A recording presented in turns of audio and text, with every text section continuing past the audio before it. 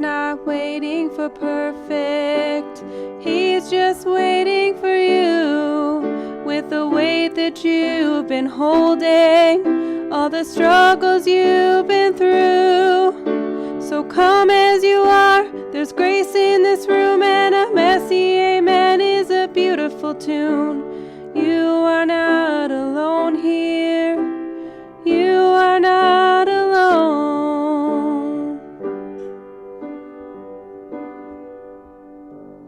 Hello and welcome back to A Messy Amen. This is the podcast where we talk about the good, the bad, and the holy parts of real life. I'm your host, Michelle Torrey. Thanks again. Today I have Pam Isom here, and it's so funny how I met her, but I'll let her tell that. How are you doing today? I'm fine, and you? Good. That's good. I met Michelle as a customer coming into the Faith Christian store, and she used to bring her kids in there, and we just kind of meshed with each other. I don't know what it was, but we just kind of meshed with each other, and one day she brought her daughter in, and she was not behaving. And I could see that Michelle was getting frustrated. So I asked her, did she need some help? And she said, yes, she needs a job. And so I went behind the desk and I grabbed a duster and I gave it to Lydia. And she started dusting. And then from there on, we became friends. Yep. I think that really solidified things, but I can tell you why we meshed. Because you like pens. Yes. Stationery. Yes. So I am all about that life. Anything I can get my hands on, I'll try a new set of pens. Me too. So when I told you, I said, you know what? I think you might have a lot to say. And you said, sure I do. All the time, but not on the screen. But I had you write in my journal some wisdom and some Bible verses and some parenting advice, because the little ages, are kind of trying sometimes. Yes. How many kids do you have? 2. Okay. How what's their age gap? 6 years apart. Oh. They're 6 years apart. What did you feel like that was common at around then, or kind of a big gap? I don't even think I thought about it being a gap, because originally I only wanted one child. Oh. And then I was blessed with my son. So I never did really think about the gap. Okay. It just kind of happened. And then I was like, okay, now I can have a son. So then is okay, perfect, just like me. Yeah. So, because nowadays that sounds like a lifetime, and some might argue that they want a potty train first before starting over, and some say, well, if you never get out of diapers, it makes no difference. Yes. And I'm just like, I think that's, I got 3-ish years, 3.5, and between mine, and it's a lot. It's a big gap, because then I think the older one gets used to being the only kid. Mm-hmm. But then I also think it works out because they're a little bit more mature. Yeah, and then they help. Then they can try to help. They can try to help, right? So I would say I might be really good at being a mom to teenagers someday. I feel like, but then there has a lot of other drama. Yes. So I think I should slow down. You should be happy with those moments right now. Did you have a favorite age, or do you think that they all have ups and downs? My favorite age for my daughter was, I want to say, around 10. Mm. My son, as a baby. As a baby. Like it was all downhill from there. Yeah. My son as a baby. But my daughter, age 10, because her personality kind of shifted. Mm. Okay, and so it was fun. Because you could see it. But then when she got about 13, no. You said 10 to 13, she's pretty chill. We can handle this. She likes me. Yep, and she helped out a lot. She was happy being the big sister. Mm-hmm. So I never made her make it be her responsibility. You know how some people are, go get this, go get that. I never did that. So I think that's why she felt okay with if I help because that's what I want to do. Yeah. Not because of what I'm being Oh, made to I'm do. the same way, you know. Yeah. So and she'll say it today. She'll say it right now. Like, I'm so glad you didn't just make me do certain things, with him. So. For sure. I think that ends up being interesting when people have multiple, and then it can be hard to juggle. Yeah. So like, oh, can you grab this? Can you do this? Yes. I mean, I do that, but I try not to do it too much, right? Yeah. But they like to help though, because sometimes Yeah. I think it builds their self-esteem Especially up too. with little girls. Yep. I think they have fun with it, right? Yeah. So what were some things back then that really helped you stay grounded in the Word, stuff like that? Well, I was brought up in the Word. I don't remember a time that I can remember that I wasn't in the Word. My mom brought me up in church. From my first experience, I can remember was 5. Aww. I was brought up in church. I remember waking up one morning when I was 7, and I said, I want to be saved. Aww. And she was like, really? And I said, yeah. And I don't know why. I just wanted to be saved. I think I knew what it meant, but not to the depth of what it meant. So after that, it just seems like I've always had that. It's building blocks, right? Yeah, I always had that yearning to want to know. Yeah. So. Then you stayed pretty consistent in that. Yeah, I stayed pretty consistent. I always knew the Word, but did I always live the Word? No, I did not. We're getting into season 2 of the show, and it's wild to think of how much God can bring us through. Yes. And then even when I've said to a couple guests that my prayer for my kids is for a very boring testimony, that they can say that they were kept by the Lord, and they were saved from things that they could have done, but then they didn't, and they made wise choices instead of foolish. But for the non-boring testimonies, God is so good, and He has brought people through so much in the thick of it. So, but when you how'd you get Bible time in when you were a young mom, like when they were little? Because I was always involved in something in the church. So even though I had them, I was still in Bible study. Or I wasn't able to study as much as I can do now. Like at home. But at church, it would always be. And then I was blessed to have people that helped me in church. Yeah. So it's like, I'll take them, and so that helped me a lot too. Yeah, sometimes it's just, 15 minutes can change the whole tone of your day. Yeah. I tried the other morning to, get up a little bit earlier because I did on a mission trip to the Dominican Republic. And then I came home and I was like, oh, I meant to do that. Yeah. It just didn't happen. So what would you say, you said that you like those age groups. What would you say are the biggest things you missed from when your kids were younger? I miss being able to nurture them. Yeah. Yeah. I like to nurture them. I liked for them to be like, if I was in the room, they were in the room with me, just being, even if it wasn't but something, just my son we would always watch movies, different cartoons, and my son would always be on the floor. It didn't matter if he started in the bed, he was going to end up on the floor, and my daughter was always going to be right in the bed with me. And it was just those moments that I missed. Having them be so sweet and little. Yeah. It's those things that kind of make me remember that they're only small for a little while. Yeah. Because sometimes I want to gripe when somebody says that and say, oh my gosh, but I'm frustrated, it's hard, or you're like, I'm having a hard day, I don't want to, I need that village or whatever. Yeah. But then you say, okay, then they're going to have another birthday, and you're going to say, where did the time go? Where did the time go? And then if you're crying all the time and fussing, then you're not enjoying it. Yep. So it's like, and then so that Bible time really can make you have a better attitude to enjoy that, right? Yep. So then what does that look like for you now? I'm saying in the Word. What would you say is your routine? My routine is I'm going to study every night. I'm going to do something every night.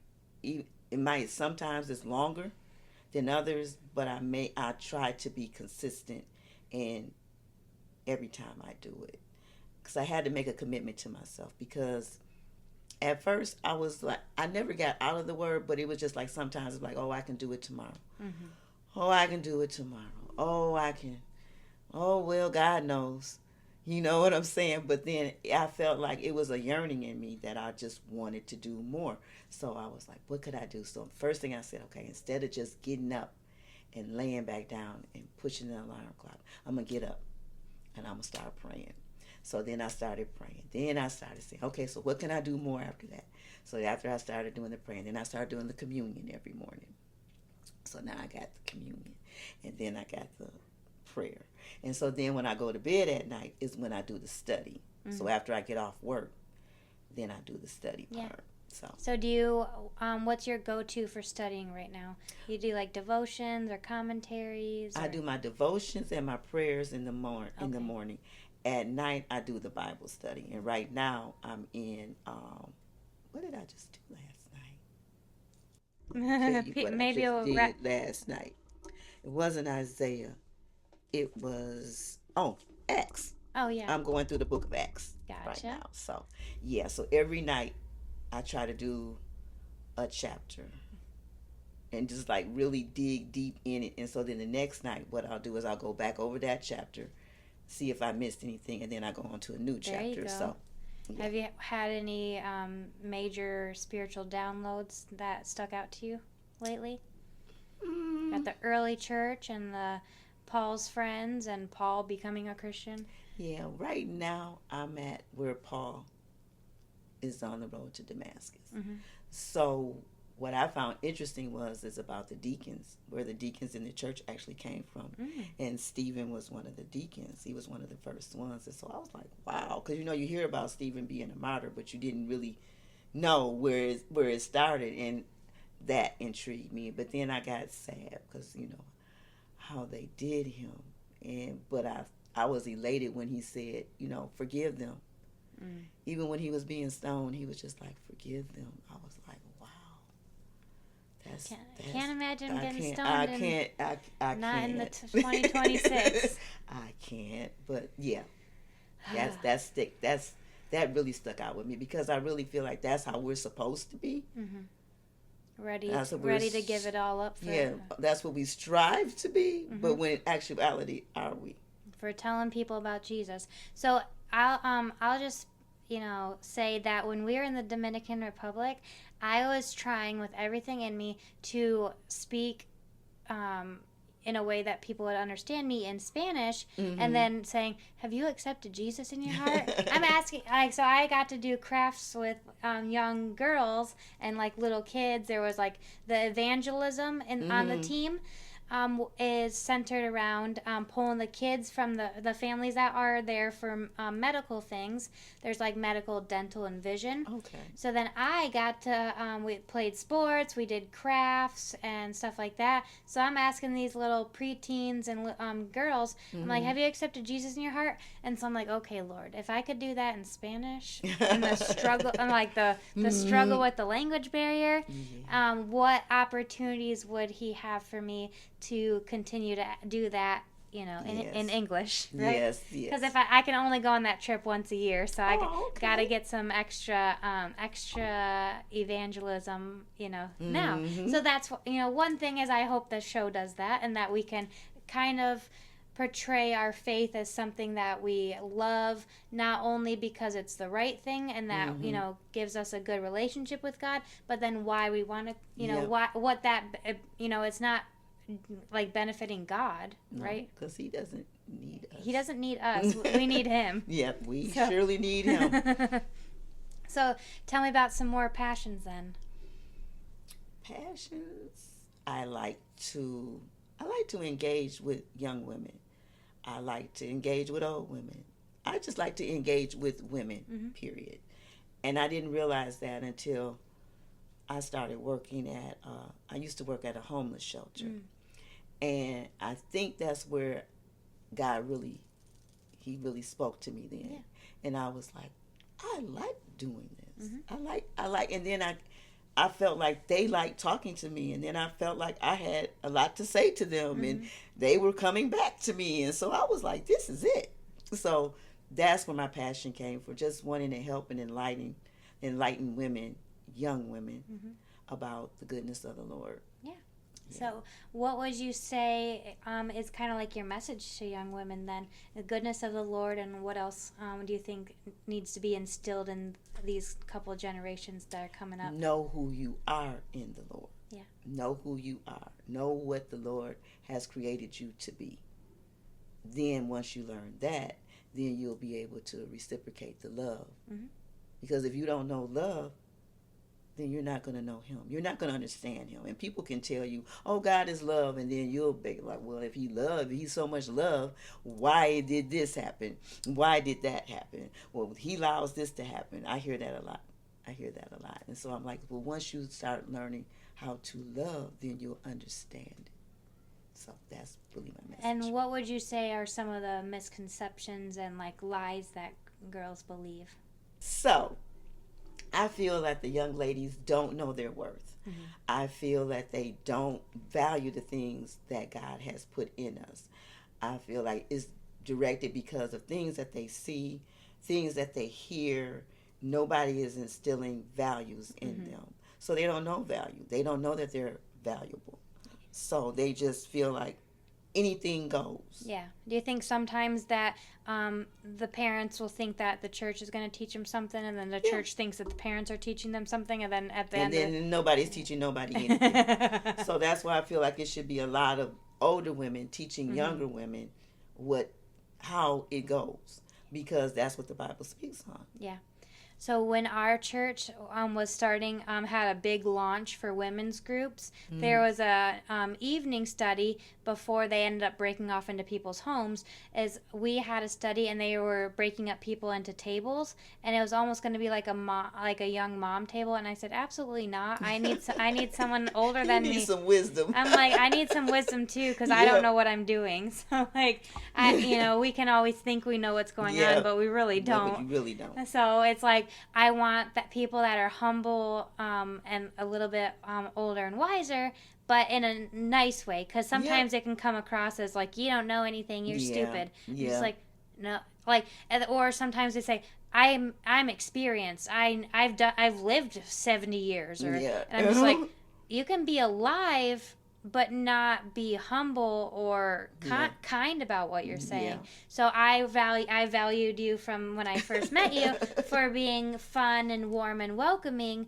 not just saying, I've been around the block. Like, there's a difference there and I can appreciate that you're friendly enough, and then you took an invitation to come record us. Yes, I did. Yes, I did. So when girls see media and like TV, music videos and stuff like that, and they see what's popular, there's not always enough Christian music. I mean, there is, but then sometimes it's not like people don't know what's out there that could be Christian R&B or that could be Christian hip hop. So then what are people seeing is people shaking their butts with no clothes on, and or tell me about like some of the influences and things like you've like that makes you passionate, and then what you're gonna do about it. Well, I could tell you what I did do about it, because when my daughter became of age, I never let my daughter watch videos. Never. I don't care if she babysat. I don't care if she went to be babysat. That's a no-no. And it was for that reason, because I did not want her to see that as the image of what a young woman was supposed to be. So I sheltered her from that, but at the same time, she was different. She was different than the other girls that were trying to wear the tight clothes and all that, because she knew. And then again, she didn't never see it, so she didn't really have anything to compare it to. She would say, "Oh, that's weird." Yeah. Like, so then when she got older, and certain music in the car, I didn't care. She didn't listen to. We didn't play that type of music around her. And I remember one of my friends, I can't remember the song that was out, and we got in her car. And her baby was just back there just singing this song. And I'm saying, dude, know what this song is saying. And I know the baby didn't know what the song meant, but she knew the lyrics and she liked the music. And so I turned it off. And she was like, oh, girl, she said that all, she listened to that all the time. And I'm saying, but why? And why are you okay with that? That's not okay. I have to bite my tongue because some of the popular songs, there's like subliminal stuff. Yeah. And because so you obviously know that some of the hip hop is explicit and it's saying what it's saying. Mm-hmm. But pop music, I found that like secular pop is so subliminal where you might not know what they're talking about, but they've come up with this whole metaphor for something, and you're just like, what is wrong with you? And so it's like, and then they make it catchy. Mm-hmm. So of course, so you're going to grab on to it and you're going to sing it. You're going to have fun on your way to hell, Yep. basically. Yep, exactly. It's like, okay, well, this is going to be super raunchy, but no one's going to know it or whatever. Mm-hmm. And it's like, okay, but that's the deception of the enemy, though. Yeah. So but the good thing is there are now Christian artists for every genre and musical interest. There's like Christian reggae, Christian pop, Christian hip hop, Christian rap, Christian R&B. Like Tori Kelly's a Christian now, and she just came up with a new album. Yep. So like, and so it's like even we can pray for people that the world likes to that they would have a God encounter. Yes, that's true. That is true. So you brought your daughter up in the Lord. What would you say now, is the work done now? She's a nice person? She's, my daughter. What's next for you? My daughter is she my awesome. age? Is she my age? Yep. My daughter is awesome. And the reason I'm saying that is because she's taught me that kids listen. Even if they don't do it right then, they listen. And so a lot of times when she's going through things right now, and she'll say, well, Ma, I really appreciate that you told me this. Or, Ma, I remember when you told me that. And so it's like, oh, now you heard me. But now I hear myself saying a lot of things that my mom used to say. When she said it back then, it didn't register to me. But now that I'm older, now I'm like, now I know what she meant. Yeah, so and that was a regular day for you, but you didn't realize how special and meaningful your regular parenting style was. So that's my biggest prayer, that the frustrations won't come out as much as the joy and the silliness and the wisdom. Yeah. Because I try to have like a healthy balance between like joking around and having fun, but then teaching her stuff. Like you saw her scribbles and her journaling Bible, like because some people say, "Oh no, you can't write in your Bible," but now it's gotten more and more popular. Yeah, I want her, as she even practices to learn to write, that she can look back and look at her Bible. Say, "I wrote that." Yep, I wrote that on such and such day. So what? But as far as influencing women from the millennials and Gen Alpha and Gen Z and all that, what's next for you? You said you like talking to women, and I'm hoping to do that through my my ministry. Yeah, I had started a nonprofit called I'm a Wife Ministries, and I hope to do that. I want to teach classes.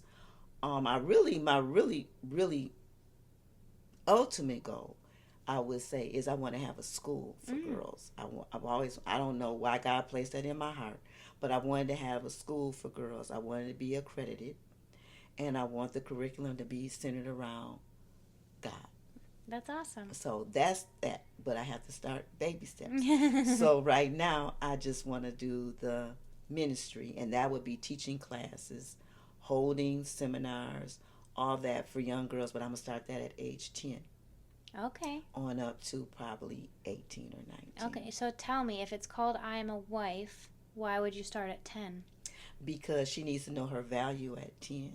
Okay. She needs to know her value. So it's I am a wife and I'm not a side chick.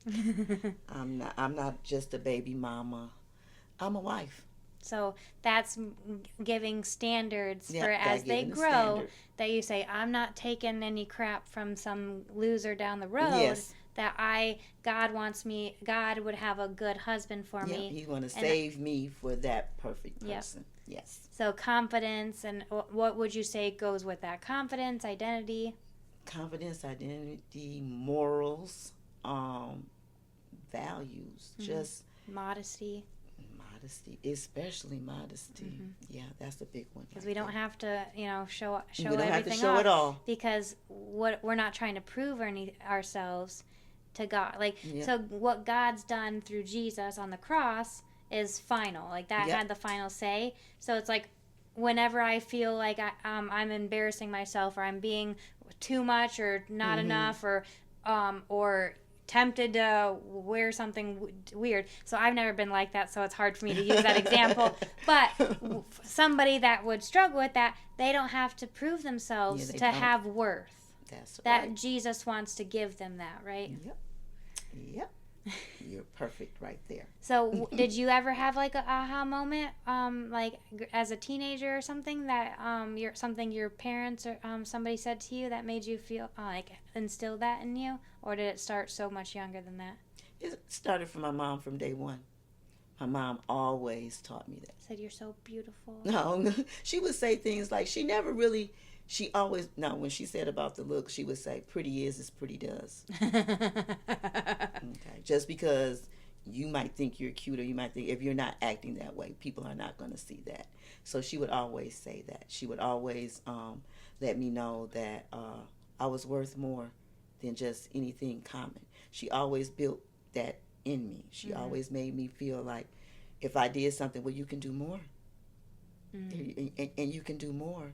And then I would be like, no, I can't. So when I tell my friends this, they laugh. I never got a spanking in my life. Never. What? Never. And the reason that I didn't, it wasn't because I was so good, because I wasn't.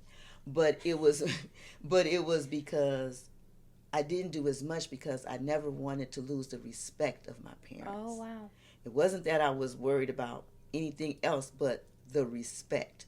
I never wanted them to look on me and be like, no. Because that would be so devastating to me. If I disappointed my mom, it would just be like, I felt so bad. So she taught me with respect. Yeah.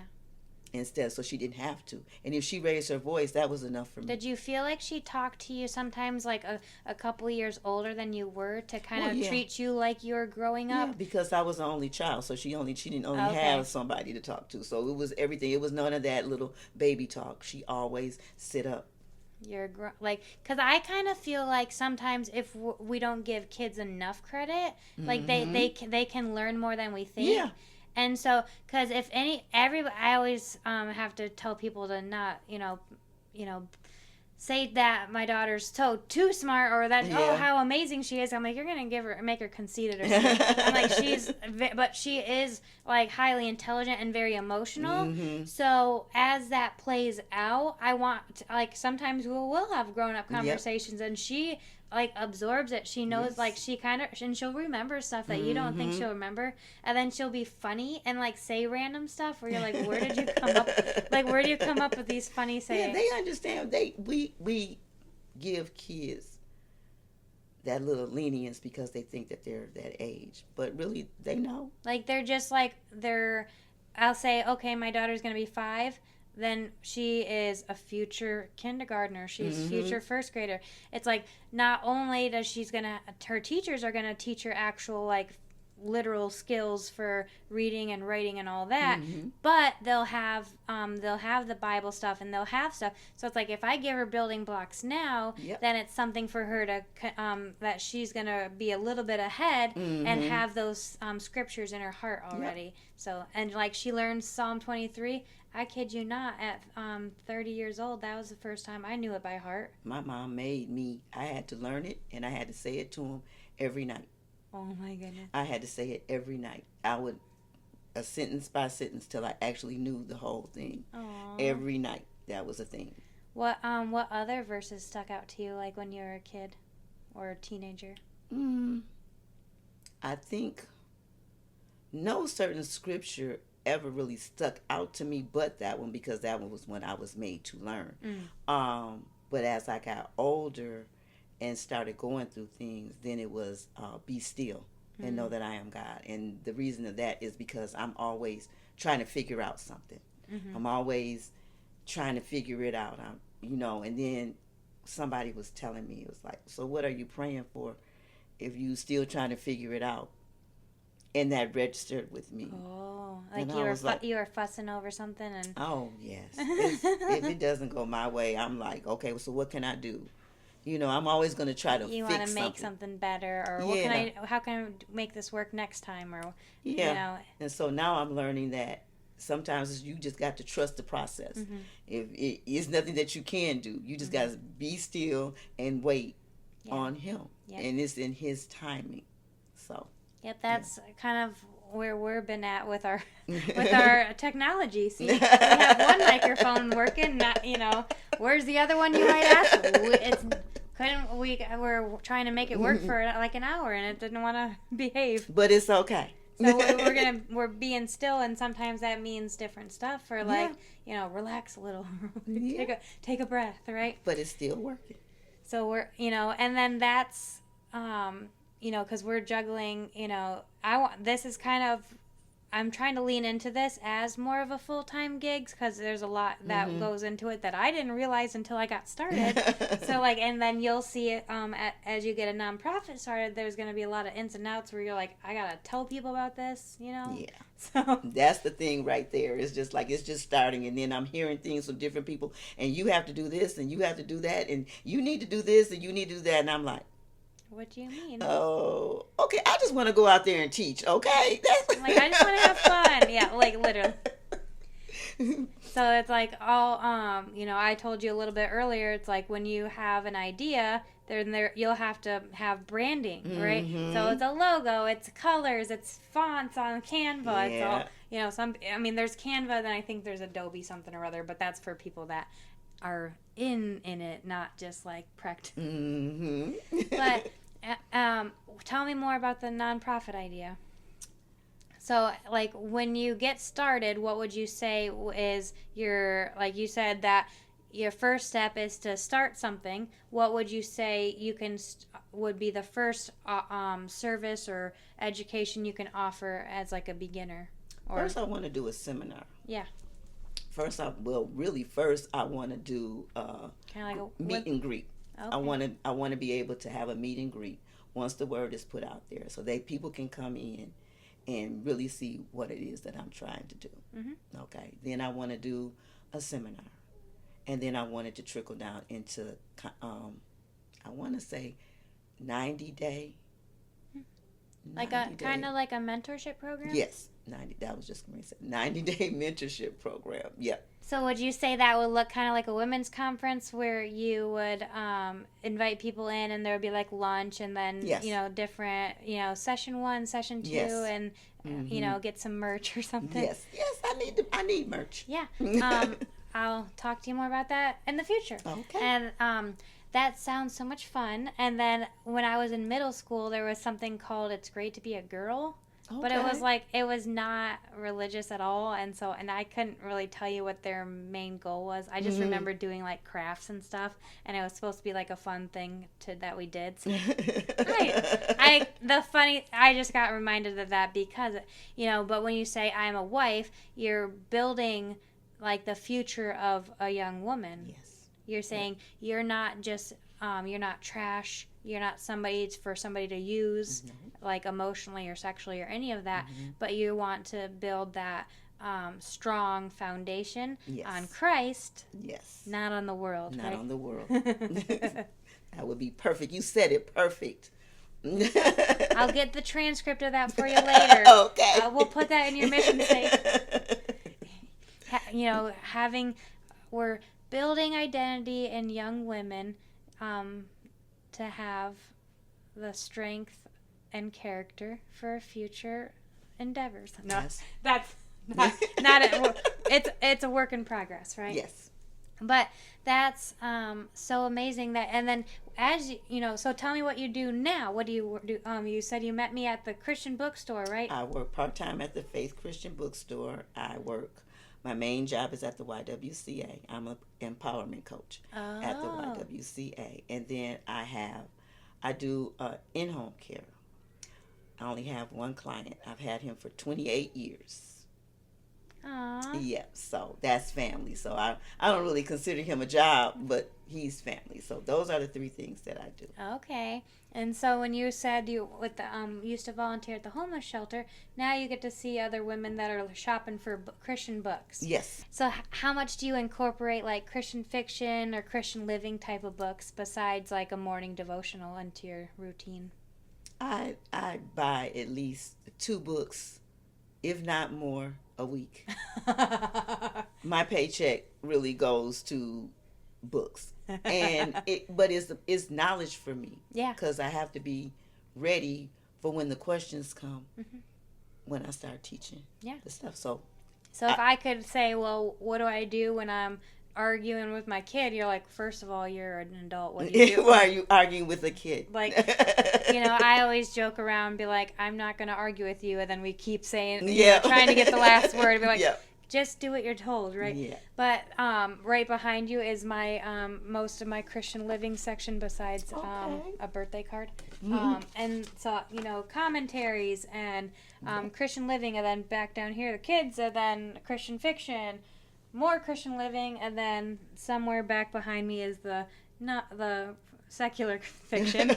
But so I've gotten a few of recommendations from you guys. But can you speak to some readers on some of your favorite authors, fiction and not? I don't have a favorite author. I cannot tell that. I don't have a favorite author. What I do is, because I'm normally putting the books out, I'll see a book, I'll open it. I can look at one page in a book and feel like that's what I need. Mm. So I can't say I have a favorite. Mm-hmm. How would you say, there's a term, don't judge a book by its cover, but sometimes you judge it by the front, the back, the first couple pages. I do it by the page. So how would you know? Like, do you say that there's a phrase or two that you say that person does not have the depth or the foundation that I would personally want to learn I from? have bought some books that are just like, no. But I don't know till I start reading them. Right. So, then they go in a pile by it. I don't get rid of them. But it's because it's hard. It's because it could be somebody else's niche, not mine. So a lot of them I don't know.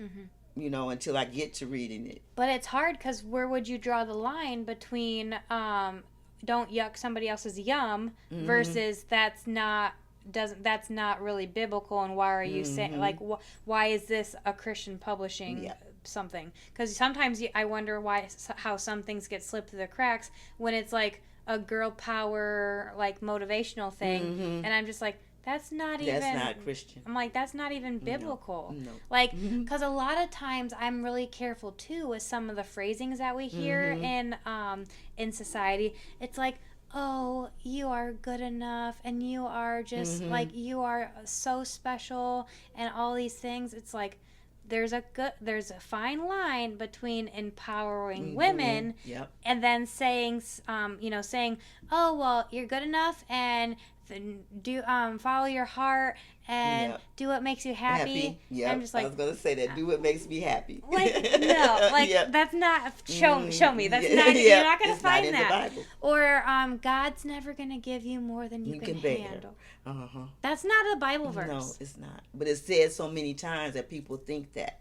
They just automatically think, and he'll say, "Well, show it to me in the Bible." Or they'll change, they'll say, "Spare the rod, spoil the child" is a Bible verse, but and that's not a Bible verse either. Mm-mm. So I have to be careful, because some people are gonna be like, "Oh," and I'm like, and they're not gonna understand what I'm saying. I'm like, the rod and the shepherd's staff was protecting a sheep from danger and their own actions.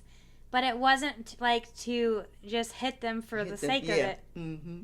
So it's like, and it wasn't like smacking them. It was like, they're like, oh, you need help. Get over. So it's like, or anointing our heads with oil, because they could get stuck in something, and the oil would, slide off. Help them. So you've dug into those things a few times. You're like, what is this talking about? Well, a lot of it, I do. But because especially too, if we get some of these things twisted, then you're creating, it's like you're the new age Bible for people that, and then you're somebody else's Bible. So it's like you don't know what is going to hit somebody and be an encouragement. So if you're giving somebody like a Pinterest pin or that sounds like a good quote, please make it from the Bible so that way you're passing along true wisdom. Because you might be the only person that they ever hear about God. So you want to make sure that you're a good representation of him. Because if you ask Moses or Noah or Joseph or Gideon, that was everything that God told them was they didn't want to do it, and they didn't think they could handle it. But God said, "Trust me, and I'll walk with you, and I'll go before you." Well, I can't remember what verse it is, but something is like, "I'll be before you, beside you, and taking care of you." And so, and we could combat these misconceptions forever, but that's not that. But as long as people can, even go on BibleGateway.com and you can search keywords and find and say, is that a Bible verse or not? Because you can always double check, right? Yeah, well, that's it. Study yourself to show yourself approved. So what would you say if would be some of your top advice for maybe a teenage girl or early, like 1920s, early 20s? Say they have had a couple schmucky boyfriends, and you gotta give them a little token. Give them advice. Yeah. I would first try to find out, what are you looking for? What are you looking for? Yeah. Because you have to be searching for something in order to keep repeating the same cycle. So it's something that you're looking for. So I have to identify what it is. And when I find out that, then I know how to combat the issue. They can be like repeating behaviors maybe that pass down from, my mom actually did this. Because you'll do what you see rather than what my you know. grandma had schmucky boyfriends, and my mom had, whatever, then it's okay. But you can say, we're going to break the chain. We don't have to do what they did, right? But sometimes you do it without even realizing that you're doing it. Yep, exactly. But then when if somebody's ready to listen, then you can kind of pick up on those things, right? Yes. So when I interviewed a friend who ministers in juvenile detention centers, it's quite the opposite of the Romans road that you would hear. Be like, oh, you have sinned and you need to not do that, and Jesus died for you, and then you can go to you don't want to go to hell. Like I always chuckle because I'm like, who is that working for? Nobody. Well, I guess back in the day, maybe they thought they print it out on tracts, and then they say, you don't have to go to hell, or this is how Jesus is the way to heaven. And I'm just like, I like the little cards at the store that have like really sweet sayings on them. Pass it on cards. Yeah, I like the sweet. I give them out to like cashiers and hairdressers or whoever. At Big B, I gave them to the people making my drinks the other day. So it's like when you have sweet sayings or an encouraging verse that somebody you don't know if somebody could be struggling with something. Yeah. But when Mickey was walking into these detention centers, sometimes the kids have their walls up and they don't want to talk to you. They're like been through it. Like you don't know what they got, what they're in there for. It could be something big, something small, but it's not. You're not gonna beat them up with the Bible to get them to believe, because then they'll rebel. But if you can be their friend, and then so if you're so those kids need somebody to show up and to be like a good influence and to not give up on somebody. Yeah, and you have to meet them where they are. Yeah. You can't just start slapping them upside the head because they've already been hurt. So you have to gain that trust. And sometimes you have to just, like they say, meet them where they are before you can take them where you need them to go. And so that's the 9 times out of 10 is something that they're dealing with. But they'll talk to the right person if they feel that they can trust them. And you have to gain that trust. You just can't just come in, like you say, beat them with the Bible. Well, why did you do that? It's not in the Bible that you're going to die and you're going to go to hell. And they're like, oh, okay. Well, I guess I'm going to go to hell. Okay, don't know where hell is, but heard it's not a good place. But that's where I'm going to go. That's not like the wrath of God from like the Old Testament, all that. He's given us Jesus to pay the ultimate price. So then we want to respond to him with obedience. Yes. Not because something bad's going to happen, but because when we, like, most of us can say, well, we have been there, done that. They're like, and I'm still here. Yeah. And he has to love me, because don't nobody else know what I did, but he knows what I did. And if he still allowed me to walk on this earth, he has to love me. Well, I was gonna say we don't want to sin because it is bad and it is gonna take us down a path we don't want to do. But we just have to be gentle when we do those things, right? Yeah. So there's a ministry, and I'll have to figure out what it was called. But I was just thinking, with that, the name and your heart behind the nonprofit and your organization. If you want to think in the future, there's a group in, I want to say maybe the Las Vegas area, but they actually go into like strip clubs and they bring food in for the girl. Okay. So they're like, no, it's a whole thing, right? Mm-hmm. So they bring food in and then they are like talk and build relationships. Mm-hmm. And so there was a movie out by the Kendrick brothers called He Calls Me Daughter. I haven't seen that one. I thought I saw all the Kendrick Brothers movies. No, so this one was newer. It's actually like documentary style. Okay. So they talked to the CEO of In-N-Out Burger, older comedian lady, and then a girl that was a former in the clubs. And then, so she had a really cool story of like, oh yeah, she said, I didn't work that night. I would avoid. I wouldn't come in if I knew those ladies were coming. But then she came back, and then they kept coming back. And next thing you know, they were friends. And she quit working there and all that because she just thought that was she like ran away from home or whatever. And then just these women with like father wounds. Okay. So that would be something maybe to look into, that people are looking for love in the wrong place, right? Mm-hmm. So, how does that relate to the rest of your story and why you felt inspired to do the I Am a Wife? Because I don't want to see any young girl go down the wrong way, and don't know why. Don't know why. Because nobody's tapped into her. Nobody's heard her. She's been overlooked.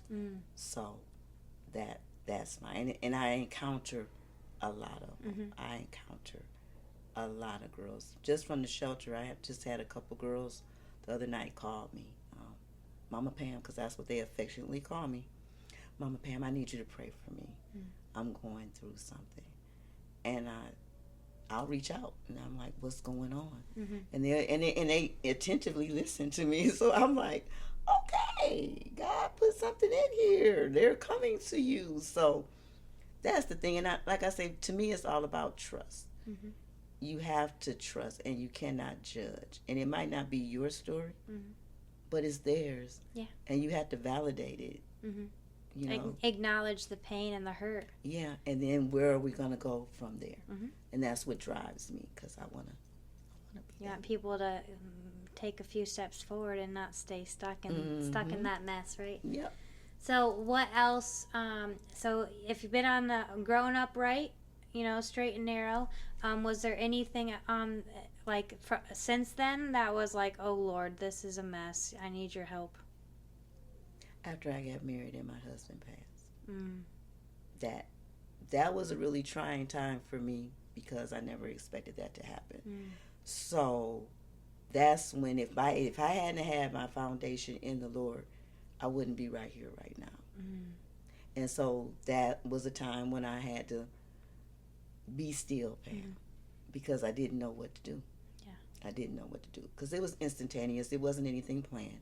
So it was instantaneous. And so it's just like you go from seeing one thing, and then the next day your life is totally Gone. The life that you knew is totally gone. So now I'm here, so who do I have? And that's when I had to lean on the Lord. Yeah.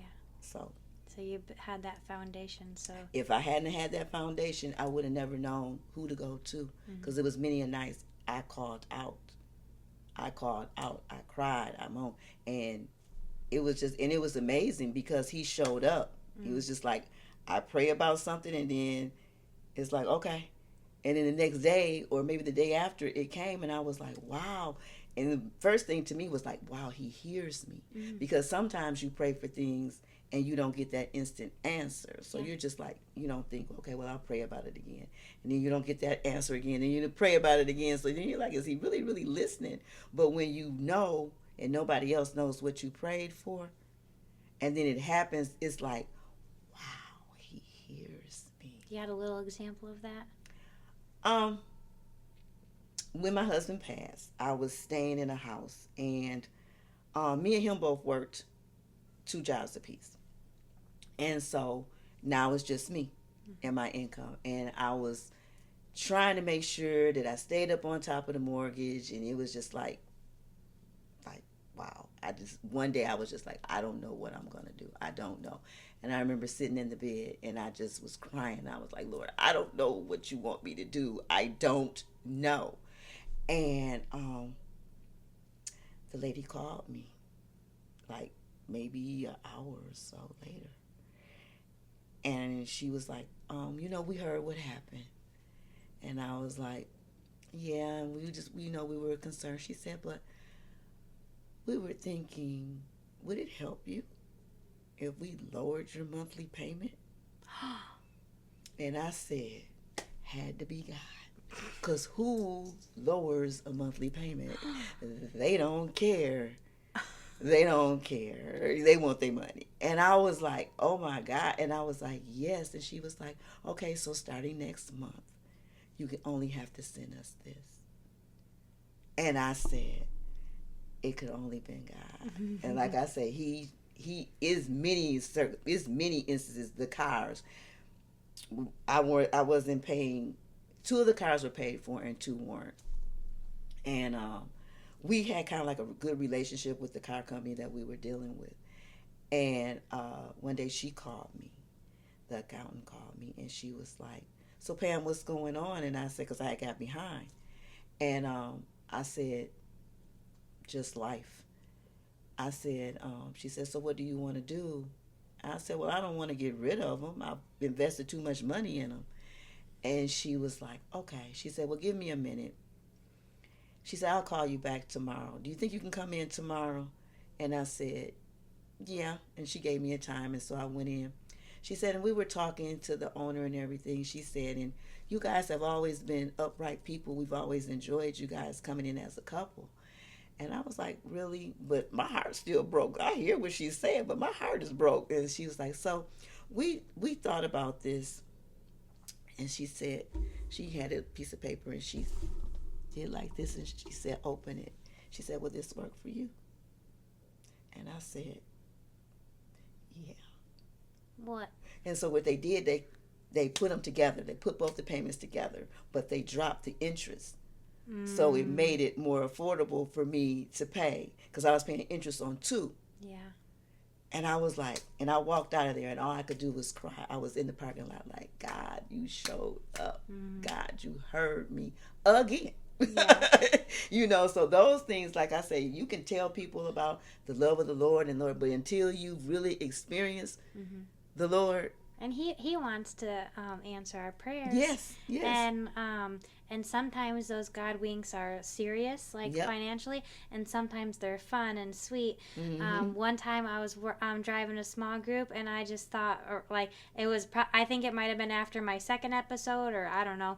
But I said, Lord, it would be really fun to just see a groundhog outside on the road, because I hadn't seen, they're common, but they're not common. You see them around, but not very often. So next thing you know, I'm turning off of 47, where you go, I think it's like Freeland Road, and you curve around. It's like country. It's like not before you get to Freeland up here. And next thing you know, I turn onto the road, and there's a groundhog just chilling on the side of the road, and I'm like, that is so funny. And he wants you to, when we have a conversation with him, and he wants us to commune with him, and then he wants to talk back. It's like, that's the thing I struggle with, is like sitting still and waiting, and seeing what maybe it's a feeling of an idea or something special that he could have wanted me to pray for, or do something, do something with my life or whatever. See, I gotta be still. Yeah, so that's a huge one. So, where can we find you if somebody wants to know about how to empower young women and continue to grow in the Lord? You can find me on Instagram and Facebook as of now. And it'll be called I'm a Wife Ministries. I'm a wife, or I am a wife? I'm a wife. Okay, Ministries. I'm a wife. We're not anybody's side chick. Anybody's girl to be used and abused and thrown to the side. That we're special and important to God. Yep. Amen. And we're His princesses. Yep, we're His daughters. So when we know that we're a daughter and we know that we're important, that can help us to know our worth and our value. Right.